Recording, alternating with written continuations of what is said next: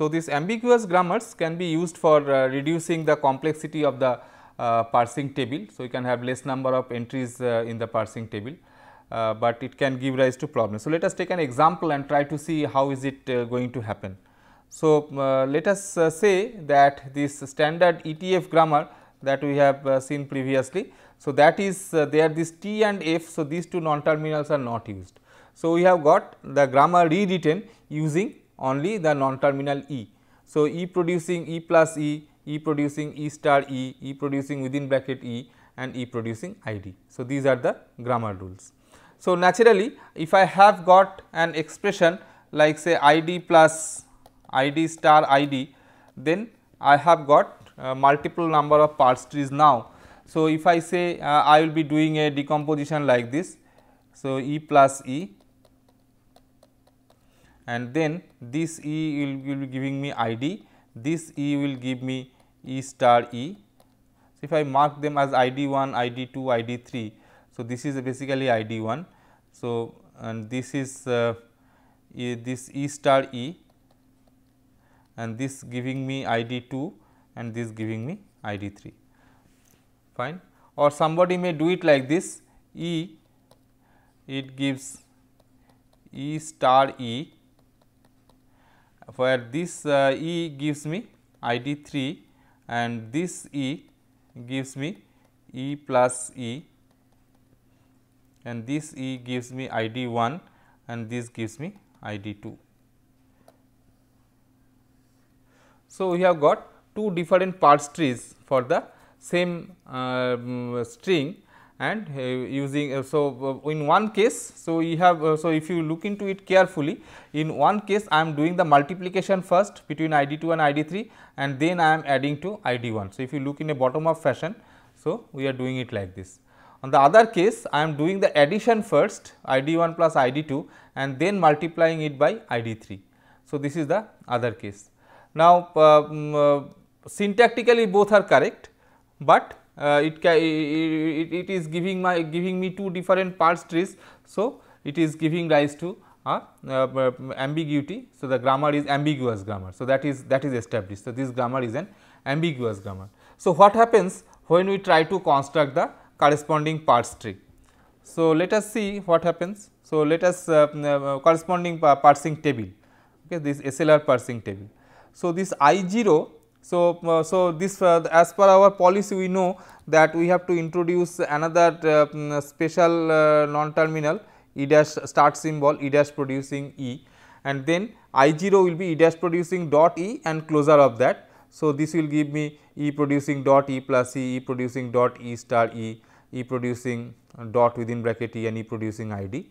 From I0 to on E, it will come to I1, this E dash producing E dot, then this E producing E plus E is there. So, E producing E dot plus E, and similarly from this rule I will get E producing E dot star E. From I0 on this open parenthesis, so it will be like say open parenthesis dot E close, then E producing, similarly now it has got dot E. So, all these rules will come now. Similarly, I0 on ID, it will be I3, which is E producing ID dot. Then from this I1 on plus, so it will come to this I4. So, E producing E plus dot E, and again since dot E is there, so all of them will come. So, I4 will come. So, this way it will be creating all these items. So, once we have created all these items, then we will be trying to construct the parsing table, and before that since it is SLR parsing table construction. So, we need to have this follow set computed. So, the follow set in this case is very simple. So, from this rule you see that E may be followed by plus, from this rule you see that E may be followed by star, E may be followed by close parenthesis, and dollar is the since E is the start symbol of the grammar. So, dollar is there in the follow set. So, the follow set of E is like this. Now, let us try to see what happens to the parsing table. So, the parsing table will be something like this. Say from this state 0 on ID, it comes to state 3. So, this is the thing that we have explained previously, from I0 on ID it comes to state 3. Then from I0 on open parenthesis it comes to S2 I2. Then from I1 from the state I1 on this if it finds a dollar, then this E dash producing E dot is there. So, that is the accept state, and this on this plus. So, this will be a shifting. So, this I1 plus. So, this is the state 4. So, that is S4 state, and then we have got this S5 on I1 star. So, I1 star is S5. So, this way this table is made. So, similarly from I3 from this state I3 on this particular rule, we see that whatever is in follow of E, for them I have to do the reduction. Follow of E has got this plus star close parenthesis and dollar. So, from I3 plus star close parenthesis and dollar. So, I have got reduced by rule number 4. So, that is fine. Now, what about this state S7? So, that I7. So, this is the thing. So, in I7 you see that first we look into say this rule, E producing E plus E dot. So, dot is at the end of the production. So, that means whatever is in the follow of this E. So, I have to do a reduction by this rule, and follow of E has got all of them plus star close parenthesis dollar. So, by for plus star close parenthesis and dollar. So, for all of them I do a reduction by rule number 1. So, they are doing a reduction by rule number 1. However, there is also another situation like E producing E plus E dot plus E. So, that means, so this says that on plus it should do a shift, and shift to what? It should shift to an item where E producing E plus dot E is coming. So, E plus dot E. So, that is basically state number 4. So, state number 4 is this one. So, E plus dot E. So, it is coming to state 4. So, this is the other action. So, this is one action and this is the other action. Similarly, on star, so it is coming to state 5. So, this S5 is one action and R1 is another action. Now, but for this close parenthesis and dollar there is no confusion. So, there is no shifting. So, only I have got some conflicts in this part. Similarly, from state 8, if you try to see, then here I have got this E producing E star E and dot. So, whatever is in follow of E, there I have to add reduction by this particular rule number 2. So, by this rule number 2 I am doing the reduction, and now this rule, this particular item is telling me that if you see a plus, then you should do a shift and go to the state 4. So, this S4 is added, and similarly for this rule is telling me, this item is telling me that if you see a star, you should do a shift and go to the state I5. So, this is the shift 5. So, this way there will be ambiguities, and whenever we have got ambiguous grammar, so the corresponding SLR parsing table, it will have this type of conflicts. And in this particular case, so even if you construct one LALR parser, you will find that these conflicts will persist. So, they will not get resolved by going to the canonical LR or LALR parser. However, we know the actions that we have to do, like see if you try to resolve these conflicts, then you see that so at this state number 7 we have a conflict between on seeing a plus whether to do a reduction or do a shifting. So, you know that whenever at state 7, so you have seen this thing E producing E dot, and then you are seeing this E producing dot plus E. So, by associativity property, so we know that this addition may be done later. So, I can shift this addition. So, this particular addition will be doing later. So, we will shift this addition into the stack. So, that way I may forego this reduction, I can do a shift operation, and similarly if you see a star, then you should definitely do a shift. So, with a plus there was an option because I can do the previous addition first and then proceed with this addition, but if you see a star here, then definitely you should do a shift, you should not do the reduction by E producing E plus E. Basically, so this E has given me E plus E, and then you have got this star and this E. So, this naturally in that case I actually meant the multiplication between this E and this E. So, I should definitely do a shifting. So, this action should definitely be a shift. Okay. So, this is not a reduction action. So, this should be a shift action. However, somebody may say that okay, I will be doing a reduction here, I will not do the shift because this addition will be similar. So, I will do a shift, I will do a reduction because this is like E plus E something like this. So, you have seen this E plus E and then you have this E plus E, if I reduce to a new expression E and with that if I add E, so that is good enough. By associativity property of this addition, so we know that that will not cause any harm. So, possibly this is also an option that I do a reduction and I do not do a shift, and this is arbitrary. So, somebody may say I will do a shift, somebody may say I will do a reduction because there is no precedence between this plus and this plus. So, they are similar.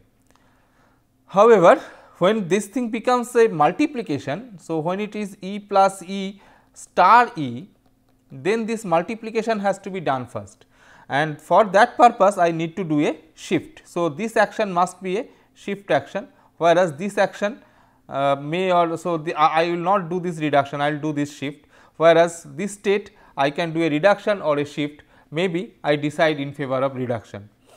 Similarly, from state 8, you see you have already seen a product like say E star E, and then this rule is telling me after that if you are seeing something like this plus E, then what are you going to do? Definitely you are doing this, you should do this multiplication first and then rather than the shifting this plus. So, if you shift this, then that will mean that I will do this addition first and then multiply with this E. But since you have already seen one star multiplication or two expressions, so you should take that as the valid sub expression. So, I should do a reduction by rule number 2, I should not do a shift. Okay. And similarly, if you see this one, say the second one, so it says that you have seen E star E and then again another star and then E. So, that is the situation. So, if this E is basically one E star E and then so this part I have already seen and then I am going to see this thing. So, naturally I should so here also same thing like previously. So, I can do a shift or I can do a reduce. So, both are valid, but for the sake of simplicity, maybe we say that we will do this multiplication first and then with the result I will take this multiplication. So, as a result here also reduce by 2, rule number 2 may be the valid choice and this is not the valid choice. So, this way you can tell the parser, once the parsing table has been constructed and the parser tells you that okay, we have got shift reduce conflicts at these places or reduce conflicts at these places. So, you can tell the parser that parser generator tool that you can resolve it in this fashion. So, often by telling the precedence between this terminal symbols, this ambiguities gets resolved, but or maybe you can tell it explicitly, or parsers parser generators they have some default rule, go by if there is a shift reduce conflict it will go by shift operation only, but that is not always valid because you have seen in many cases. So, going by shift operation only in case of shift reduce conflict. So, that is not a good choice because at least for this state 8 we have seen that the shift options are not correct, it should be the reduce action. So, you can tell the parser like that or you can tell explicitly that do a reduction operation at this point.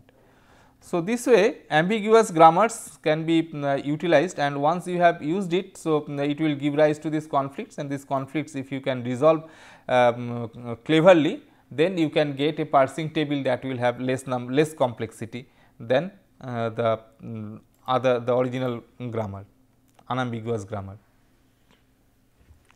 Another important issue with this parsing process is the error recovery. So, in other parsing techniques also we have seen that there is a concept of error recovery, because in the recovery process, so whenever the parser is having a stack, so it is putting those states into the stack, and it may so happen that parser has gone to a state from where it cannot come back to a valid state from where it can proceed with the parsing. So, that is a difficulty. So, maybe when the parser is progressing, so we know that this is the parsing table entry is blank, then all those entries are error entries. So, if there are error entries, then we should be careful, and the parser will just stop telling the syntax error. So, if you do not take care of it at the parsing algorithm itself, then of course, this parser will be not be able to give you any error message, and we should be able to give appropriate error message, that why the parser has reached an erroneous state. So, that has to be told. So, these undefined entries in the LR parsing table means error. So, proper error messages can be flashed to the user. So, if we can analyze a particular entry, then we can try to figure out like how we have arrived at that particular entry, how that state and input combination has arrived, and if we know that, then appropriately we can flash some error message. Now, error handling routines can be made to modify the parser stack by popping out some entries from the stack and pushing some desirable entries into the stack. So, we know that this input string is erroneous.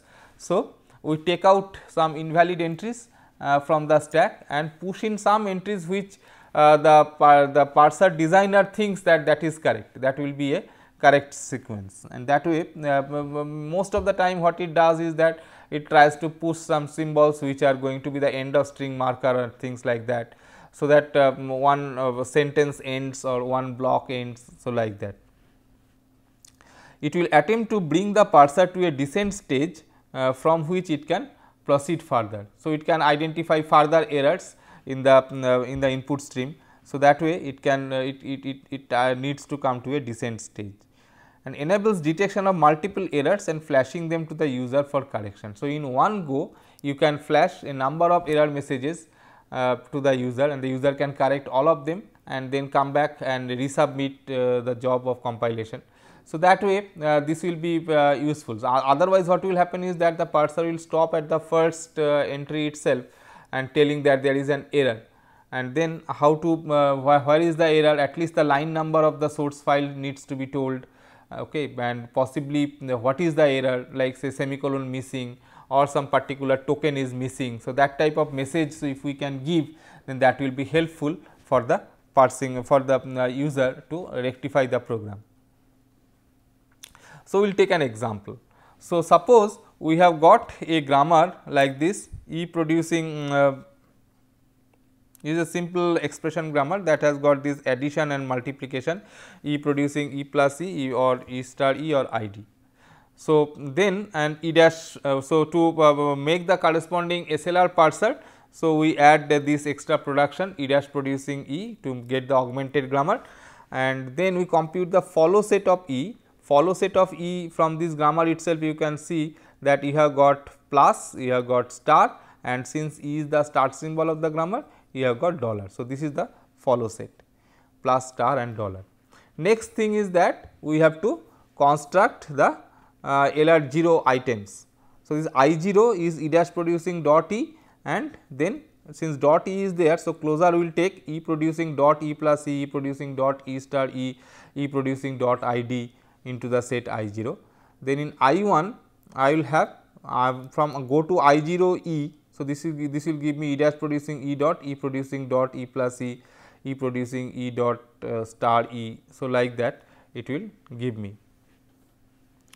Now, you see that so in this way we try to construct all the LR0 items, and in this particular case, so we have got 8 such items I0 to I7.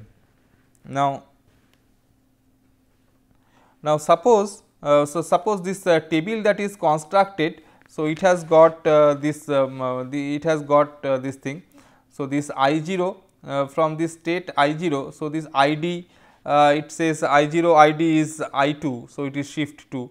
Similarly, so but these entries are undefined, this plus, star, dollar, so they are all undefined.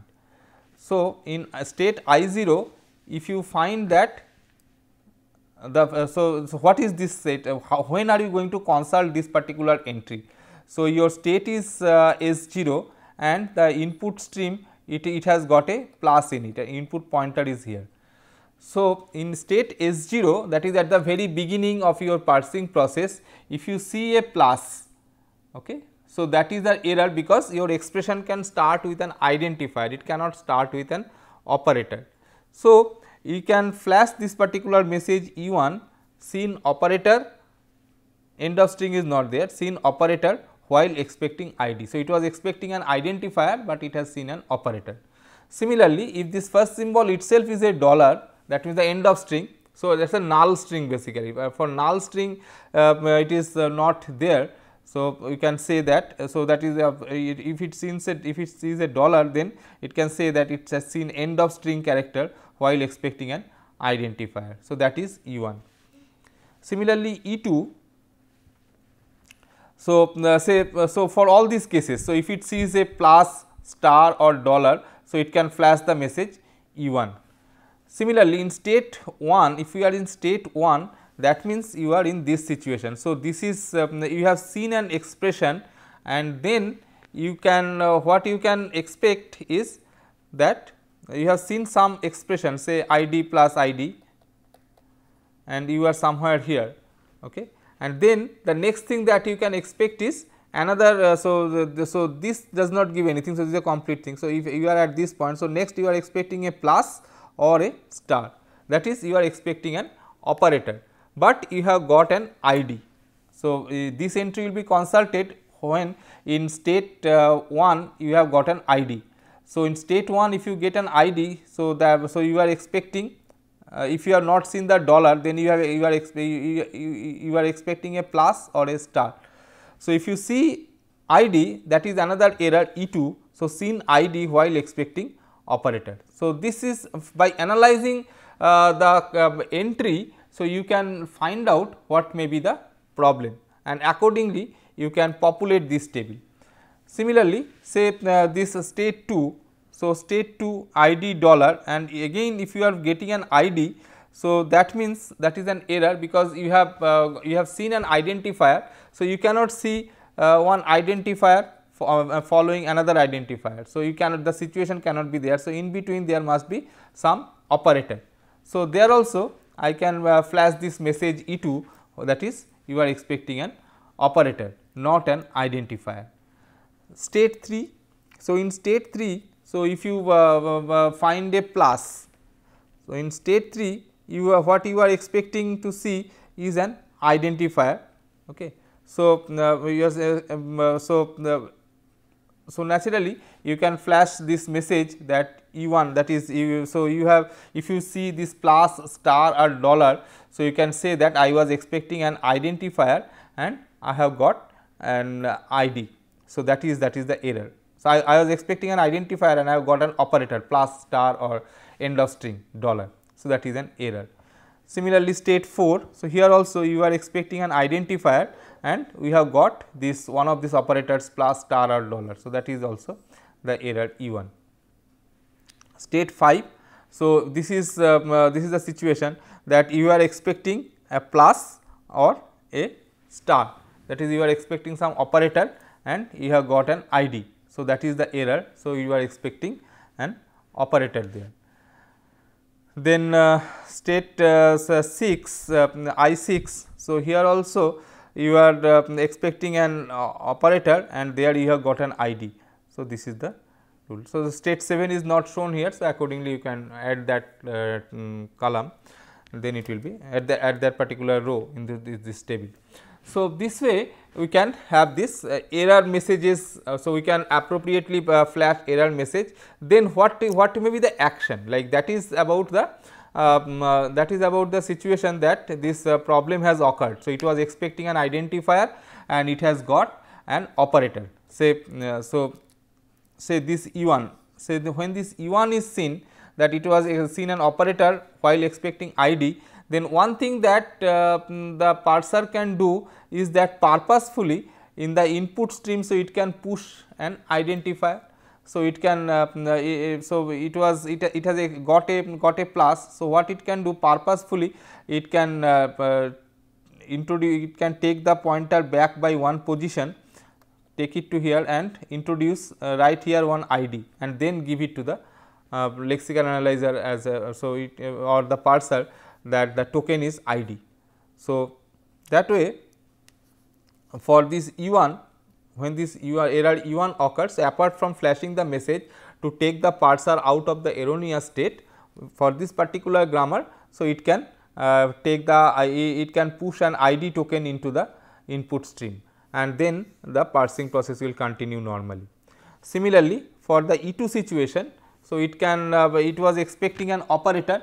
So, since it was expecting an operator, so it can do like this. So, it can push in one plus into the input stream, because plus has the lowest precedence. So, it will not hamper with any other operators. So, I can put a plus. So, though the parser will generate a will not generate a parse tree, because this is an erroneous thing, but the parser will be able to continue and it may be able to find out more errors in the expression. So, that way, so if I have got lines like this, then if it has got if it has found an error here, so it will be in the normal case it will stop at this point, but if you can somehow modify the input stream by introducing the appropriate token, then possibly it can proceed further and it can again detect some error at some later line. And the other thing is that you can also try to modify the stack, okay, the stack that the parser maintains. But for more complex situations, so we have to do that, but for this particular example it is fine. So, it is if we can just this is a very simple grammar, but this explains how can we have these error messages introduced and how these error recovery parts can be introduced. So, at the end of this process, so you see that none of the actions in the table they are undefined. So, none of them are blank. So, the parser when the parsing algorithm when it is proceeding, so it will always find some valid entry into this table in the action part. So, it may be a normal parsing action in terms of shift and reduce, or it may be an error action in terms of these error routines E1 and E2. So, that way it will be able to take care of those errors, and it can recover, the parser will recover from the error, and the user will also be given enough feedback about how this parsing algorithm is going to how this parsing is going, what are the errors that has occurred during this parsing, so that the user will be able to correct all those errors and resubmit the program for compilation.